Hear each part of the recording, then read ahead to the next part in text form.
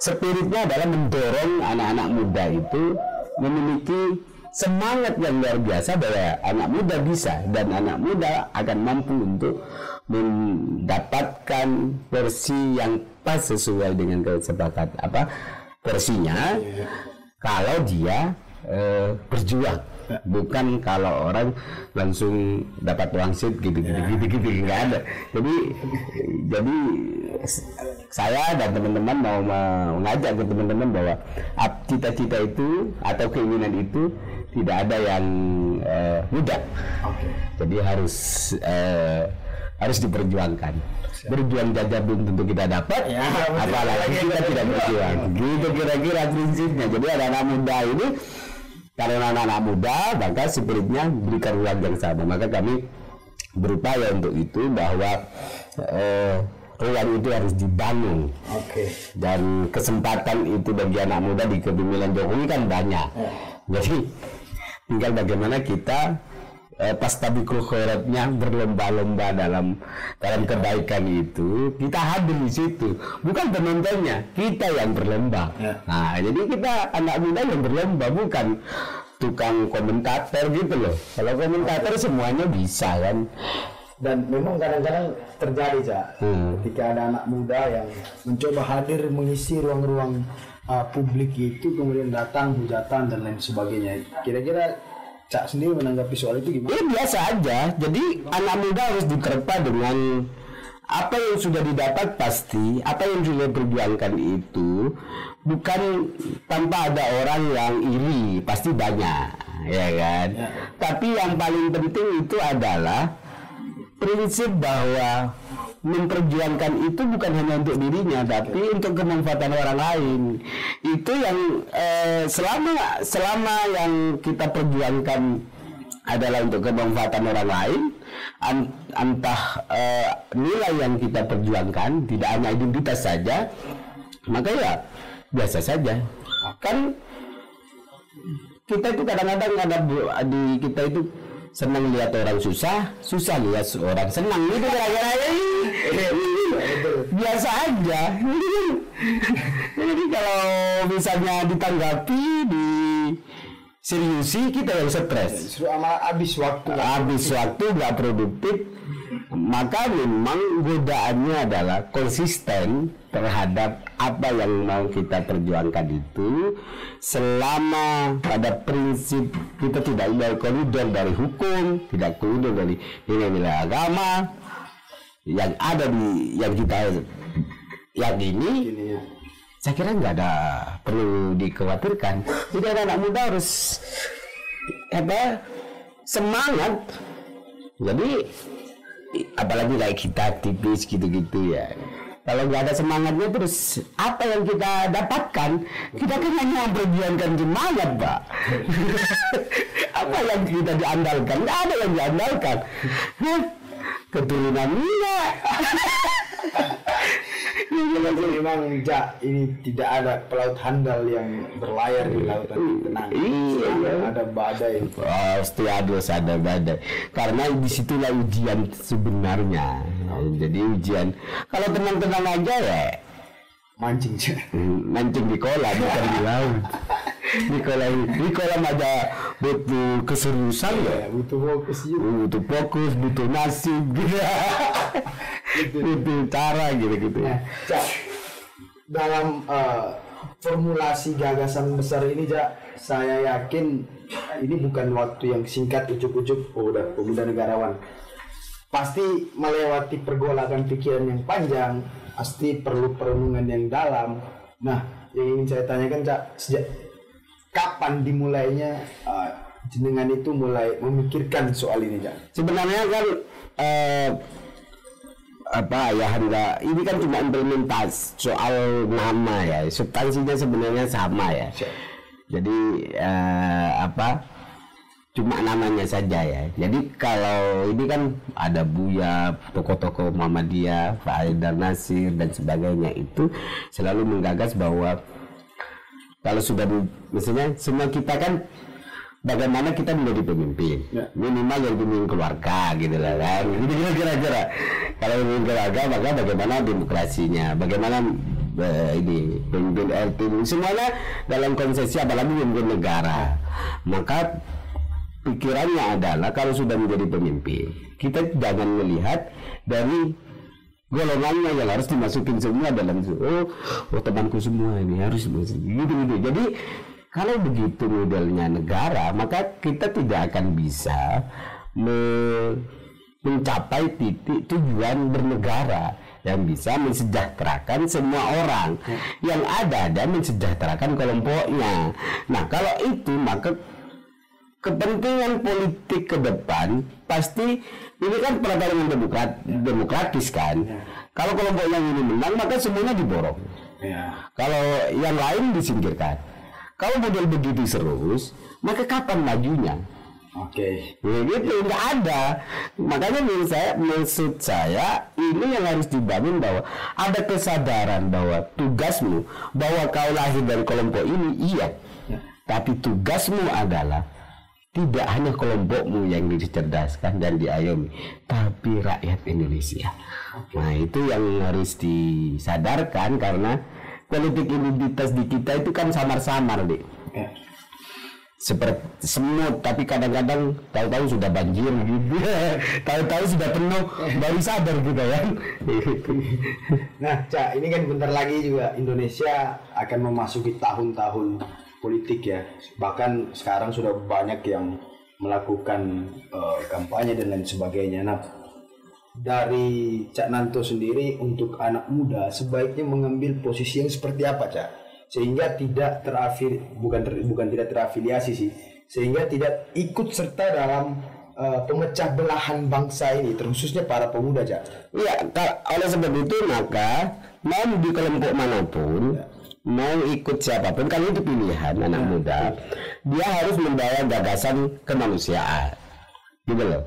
Strategi politik oke, tapi sebenarnya tujuan dari semua yang pertarungan itu kan untuk rakyat Indonesia semua. Nggak ada yang bercita-cita untuk melakukan meninggalkan yang lain. Semuanya bercita-cita ideal. Maksud aku, maka visi misi, pola gerakan, strategi gerakan anak muda masuk ke semua ruang itu, maka siapapun yang menang itu membawa nilai kenegarawanan gitu loh. Oke, itu idealnya. Iya. Yang diinginkan seperti itu, Cak, ya. Karena memang kan kalau kita lihat runtutan historis bangsa Indonesia ini, memang peran pemuda cukup vital dalam membangun bangsa ini. Iya, karena semua harus dibangun dengan pemuda. Jadi ya, tapi ngaku pemuda oleh WHO juga 60 tahun, Bos. Berat. Jadi kategori sih maksud aku begini. Jadi di dalam sejarah anak muda itu idealisme penting, tapi realistis juga penting. Oke, ini menarik ini. Idealis yang realis. Nah, jadi harus kalau model ini kan salah satu model dakwah. Misalnya begini, kau yakin bahwa itu tidak benar. Oke. Tapi ketika kau maju, kau yang mati, nilainya tidak sampai. Kau muter nggak atau tetap maju? Muter. Nah, kalau muter berarti ada kesempatan untuk memberikan nilai yang masuk. Tapi kalau maju, apa yang kamu targetkan hilang semua. Oke. Jadi butuh model dakwah, strategi dakwah yang penting dimasuki musuh gitu kan. Jadi apalagi model sekarang aktivis mana ada yang demo-demo besar gitu kan, karena temponya terlalu besar. Jadi ya muter dulu, siapa tahu jadi perubahan. Oke. Jadi kalau berhadapan, masa akan membunuh dengan pistol gitu kan? Ya secara ideal mungkin kita dapat pertolongan Allah. Iya, kita yakin dapat pertolongan Allah, tapi secara alam sadar kita itu sudah kalah. Babu runcing itu, kecuali gini loh deh, kau babu runcing, dia pistol gitu kan, kecuali silat. Kalau silat kan berhadapan-hadapan, ini bisa ditangkis. Kalau babu runcing kau nggak bagi silat, kau jauh pula, logikanya nggak. Kesadaran kita mesti kalau kau tembak jauh bisa berapa ratus meter, babu runcing kalau nggak 1 meter nggak kena. Tapi bukan berarti perjuangan bambu runcing itu salah, bukan. Tapi itu model strategi kita untuk melakukan langkah-langkah kemenangan terhadap upaya-upaya orang yang mau menggerus nilai-nilai yang baik untuk kepentingan kelompok-kelompok itu. Siap. Jadi memang dalam rekan-rekan pendidik sekalian, dalam menyusun strategi kemenangan itu kalau yang saya tangkap dari Cak Nanto itu memang harus juga disusupi unsur-unsur tauhid. Jadi teologi kemenangan akhirnya kan yang humanis gitu. Iya dong, kalau masa takbir doang lagi tapi hanya teriak tapi tidak ada orang yang melakukan perubahan kebijakan, maka tidak bisa menyebar. Jadi takbir kita harus dibarengi dengan perilaku yang nyata di dalam membawa nilai itu. Karena makna takbir menurut aku menguasakan Allah itu, menguasakan Tuhan itu bisa diimplementasikan dalam satu nilai hubungan kemanusiaan. Jadi kamu ini tapi mukamu marah. Kalau misalnya orang Madura ngomong biasa kan kayak teriak-teriak itu, kayak orang bertengkar. Padahal biasa itu. Iya kan? Betul. Jadi kalau dia ngomongnya orang Madura atau kamu orang Timur ngomongnya di Jawa, maka kadang-kadang kita dianggap bertengkar. Padahal itu bercanda, Pak. Betul, itu sering terjadi. Karena kita tidak ngopinya kurang jauh. Kalau orang sudah pernah ketemu, misalnya pernah bergaul, maka anak-anak muda itu bergaul lah. Sebanyak mungkin bergaul agar bisa paham gimana mau menerapkan nilai kalau kamu nggak pernah bertemu dengan orang. Bagaimana kita mengaku satu persatuan kalau kita tidak pernah mengerti. Bagaimana kita mengambil kebijakan kalau kita tidak tahu apa kebutuhan kebijakan yang mau dibangun. Maka kebijakan itu harus lahir dari keinginan dan kebutuhan masyarakat, bukan kebutuhan kelompok tertentu. Siap. Rekan-rekan pendidik sekalian, ada dua pertanyaan terakhir yang mungkin nanti akan kita bahas. Yang pertama soal fenomena yang kemudian diulas oleh Tom Nicholas yang judulnya itu The Death of Expertise, matinya kepakaran, yang mana semua orang ingin menjadi ahli tiba-tiba, Cak. Di sosial media orang-orang ramai-ramai menghakimi, menjadi hakim di media sosial, Cak. Jadi sekarang ini zamannya para yang benar-benar ahli itu sudah hampir nggak didengarkan. Justru yang didengarkan itu ya influencer yang paling banyak followersnya dan sebagainya. Nah, itu tanggapan dari Cak Nanto dalam perspektif pemuda negarawan seperti apa, Cak? Ya ini kan fenomena teknologi yang sangat luar biasa. Dulu kan banyak yang nggak muncul, tapi yang paling penting itu kan penilaian kepakaran dan keahlian itu apakah kuliah atau pengalaman. Nah gitu kira-kira. Jadi kalau saya bukan malah mati kepakaran, munculnya banyak kepakaran. Iya, jadi bukan mati kepakaran, terlalu banyak pakar. Tinggal bagaimana, karena itu fenomena. Kalau dulu kan mendapatkan sesuatu itu memang dirilis dari silsilah dan sebagainya. Sekarang bisa dianalisis berdasarkan pengalamannya. Itu sah karena itu pengalamannya dia. Tapi kalau mau komprehensif memang kita sekarang itu kan memang mulai kekurangan porsinya tidak terlalu banyak ya. Apakah karena model kepakaran kita itu selalu eksklusif. Orang yang berilmu itu biasanya kan jarang membuka diri, berkuar-kuar kan, ya kan biasanya karena ilmu padi. Iya kan semakin dalam susah banyak ngomongnya. Karena kalau pakai itu sekarang itu enggak. Yang paling penting orang yang ilmu padi itu menunduknya itu cepat berkuar karena kita berhadapan dengan padi yang baru tumbuh sudah teriak-teriak. Jadi bukan matinya kepakaran yang harus muncul dengan beradaptasi dengan teknologi, sehingga analisisnya komprehensif gitu loh. Nah, maka kalau misalnya ruang itu tidak disiasati oleh para pakar-pakar yang ahli, maka kepakaran yang tidak sempurna itu akan dominan di publik. Jadi harus high tech, harus digaul juga gitu maksud aku, bahwa orang-orang yang punya ilmu itu keluar dari kandang, jangan hanya di kampus gitu. Jadi di media sosial di mana itu juga harus mulai muncul karena itu dibutuhkan. Jadi biar tidak debatnya di situ. Maka penjelasan publiknya ada di situ. Jadi menurut saya bahwa ini bukan matinya kepakaran yang harus keluar dari kenyamanan selama ini, gitu loh. Karena suasana dan situasinya memang membutuhkan untuk itu.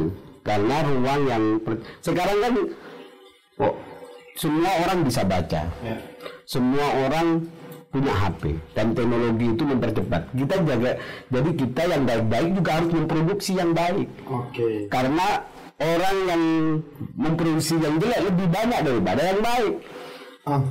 Maka kalau yang baik diam, maka yang buruk akan menjadi kebaikan. Kalau kata Gus Dur itu, kalau faktanya seperti itu, maka hilangkan fakta itu dengan membuat fakta baru. Karena ini agak kiri-kirian juga, ada Gramsci ya. Kalau teman-teman tahu itu intelektual kalau kami bahasa kiri nanti dianggap sesat. Itu kan masih sensitif kalau bicara kiri kanan, jadi bingung gitu. Jadi kalau aku dianggap kiri nanti dianggap sesat, karena aku nggak sholat. Jadi kan bahaya karena asumsi kiri kanan itu masih asumsi lama. Betul. Dan ini tetap hidup masalahnya. Jadi senang banget disematkan ke orang-orang. Karena itu pertarungannya. Jadi maka pemuda negarawan berada di wasatiyahnya. Tapi wasatiyah itu kadang-kadang memang tidak diinginkan karena ideal kan. Hidup ini kayaknya mau dibuat hitam putih gitu loh, kehidupan kita gitu. Bukan mau seperti yang diinginkan Tuhan bahwa penciptaan manusia dengan perbedaan-perbedaan. Aku ciptakan syukur, rasul gitu-gitu kan. Kita kadang-kadang sudah ada ayatnya tapi kok masih begitu kan, itu juga agak susah gitu. Jadi coupling surga. Ya, jadi masuk surga ya. Panitia ada orang OD. Orang dalam. Kita punya OD di sana. Jadi itu rekan-rekan pundi sekalian soal fenomena matinya kebakaran. Kemudian terakhir Cak, ini mungkin saya juga selaku anak muda yang masih tertatih-tatih ini dari yang kata Cak harus berjuang terus semangat ya, mungkin saya juga dan teman-teman yang lain dan rekan-rekan pundi yang lain yang notabene anak muda juga sedang dalam proses itu ya, kita minta mungkin ada nasihat atau petuah gitu dari Cak. Anak-anak muda pemirsa pundi yang saya cintai dan saya banggakan, kuncinya cuma satu, konsisten. Jadi kalau kita konsisten, jangan pikirkan. Jadi kita akan menemukan apa yang akan kita cita-citakan. Jadi melihat orang sukses itu jangan melihat dia sekarang. Tapi lihatlah proses orang sukses, sehingga ketika kita mengalami persoalan, mungkin cara orang sukses itu bisa diterapkan walaupun situasinya juga sangat berbeda. Yang kedua memang ini konsep ikhtiar dan doa kan gitu. Jadi saya juga misalnya bisa begini juga nggak ngerti juga. Kok bisa gitu, nggak percaya juga kamu aku bisa begini, kamu aja nggak percaya, aku aja nggak percaya apalagi kamu. Tapi saya selalu meyakini bahwa konsistensi itu akan ketemu titiknya. Walaupun kabarnya seperti apa, tinggal soal alam yang akan mendukungnya gitu. Jadi kalau konsisten pada titiknya, alam akan menjadi pendukung kita dan kita dimudahkan di dalam perwujudan itu semua. Yang paling susah adalah kalau kita sudah mencapai titiknya, kita mau melanjutkan ke fase selanjutnya, harus melalui dengan fase-fase perjuangan sebelumnya, walaupun mungkin bisa jadi ruang dan targetnya berbeda perjuangan yang harus kita dapatkan. Jadi memang anak-anak muda, saya kira apa yang teman-teman lakukan itu bukan tidak bermanfaat. Seperti kita baca buku. Baca buku itu tidak perlu paham. Yang penting baca. Ya kan? Ya kan? Ya kalau baca buku kamu paham, buku segitu tebal kamu paham. Jadi ini menarik ya. Ini kan coba guys, kayak komputer dulu. Kita ngomong ini, apakah karena ingat buku kapan kau baca itu di halaman berapa juga di situ, tahu-tahu bisa muncul. Jadi jadi itu harus dibawa tugas kita membaca karena itu meningkatkan pengetahuan dan pengalaman otak kita. Nanti otak kita yang akan merespon kalau kayak hard disk otak itu. Jadi tugas kita membaca pengalaman. Oh dulu begini, caranya begini. Jadi anak-anak muda jangan pernah lelah untuk melangkah karena kata Mahatma Gandhi itu kan pernah dikatakan bahwa kalau berjuang melangkah itu kalau diam pasti gagal kan, tapi kalau melangkah bisa gagal bisa menang, maka lebih baik melangkahlah daripada kita diam. Terima kasih banyak ini Cak. Sama-sama. Sudah menyempatkan waktu juga untuk sharing, memberikan pencerahan untuk rekan-rekan Pundi semua. Jadi begitu rekan-rekan Pundi dimanapun Anda berada, semoga apa yang disampaikan oleh Cak Nanto ini bisa memberikan makna, warna dan nilai itu sendiri kepada kita semua. Sekian dari saya, Haryono Kapitan.